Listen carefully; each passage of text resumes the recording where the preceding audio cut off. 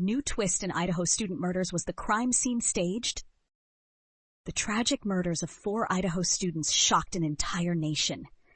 Now, in an unexpected twist, Bryan Kohberger, the primary suspect, has introduced a chilling new claim through his defense team.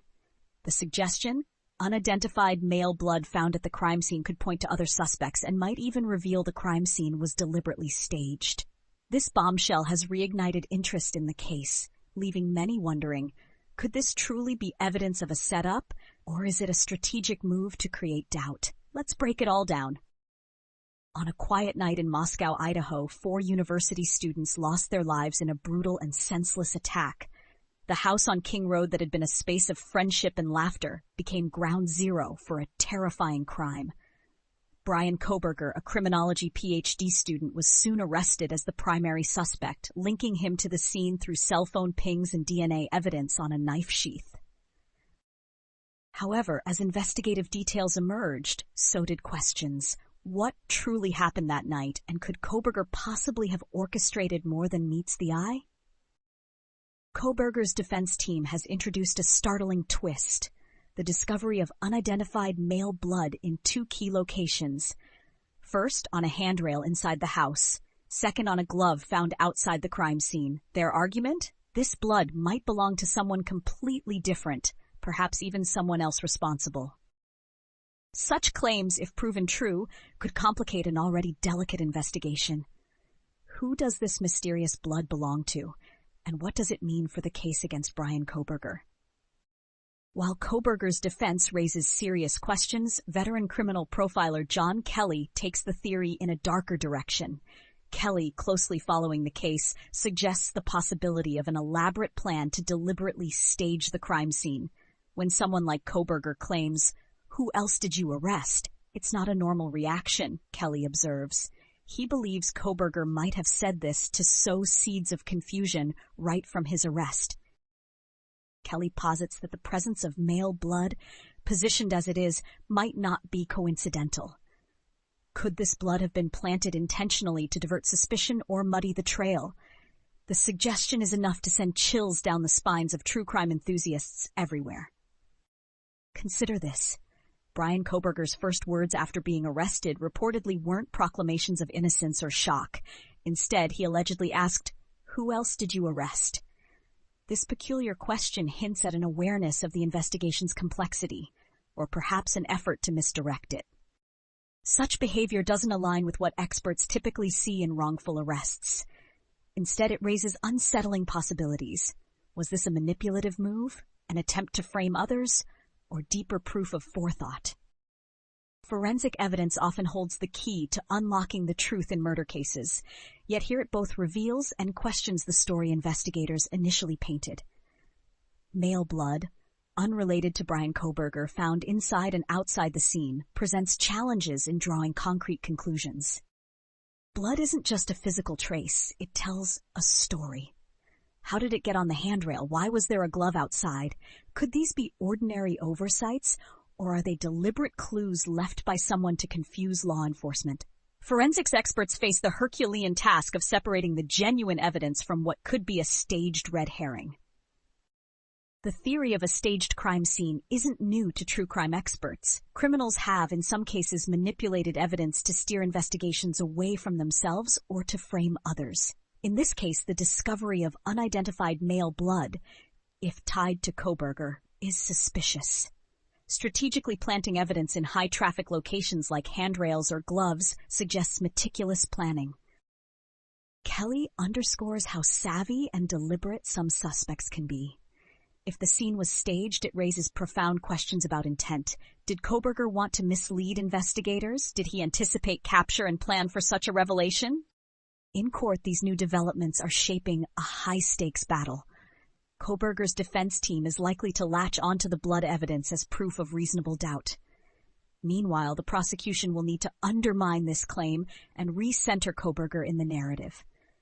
Both sides will face intense scrutiny from the public and legal experts, as every argument could mean the difference between conviction and exoneration. The defense's strategic use of this claim isn't unexpected. It challenges the prosecution to explain unresolved questions. Why was the unidentified male blood overlooked? Could it suggest complicity or other suspects? Such ambiguities aim to weaken the prosecution's confidence, forcing them to rethink their case. Analyzing the psychology of a suspect like Kohberger is critical to making sense of this case. As a criminology student, Kohberger would have been intensely familiar with investigative methods, giving him a potential edge in avoiding detection or sowing confusion. His reported personality adds to the troubling narrative. Acquaintances have described him as awkward, but intelligent and calculating. A suspect with such traits might be capable of manipulating investigations, further aligning with Kelly's staged scene theory. Few cases capture public attention like this one. For true crime fans, the Idaho student murders represent a chilling mix of mystery, tragedy, and questions about justice. Each new piece of information feels like a puzzle piece, bringing us closer, yet still just out of reach of understanding what really happened. The introduction of unidentified male blood serves as fuel for theories among armchair detectives and true crime analysts. How could investigators have missed this? Who else might have wanted to harm these students? Dramatic developments like this often risk sensationalism. While the discovery of male blood is significant, it's vital to approach it with caution. Evidence is only as impactful as how it holds up under scrutiny. Media coverage inevitably shapes public perception, and this case is no exception.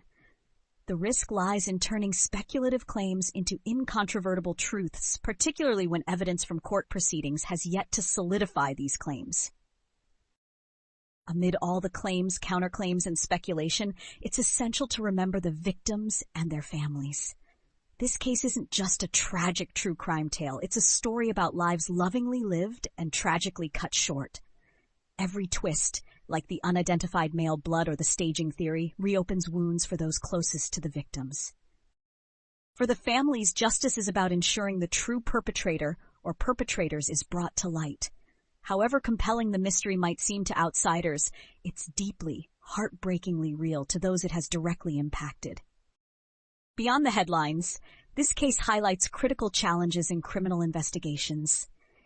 It underscores the importance of forensic accuracy, the risks of rushing to judgment, and the psychological complexities of suspects who may deliberately muddy the waters.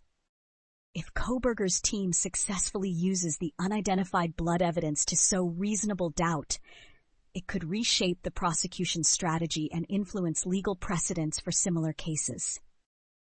The discovery of unidentified blood opens another harrowing possibility. Was the attack carried out by multiple individuals? Could the presence of male blood signal another perpetrator working alongside or separately from Kohberger?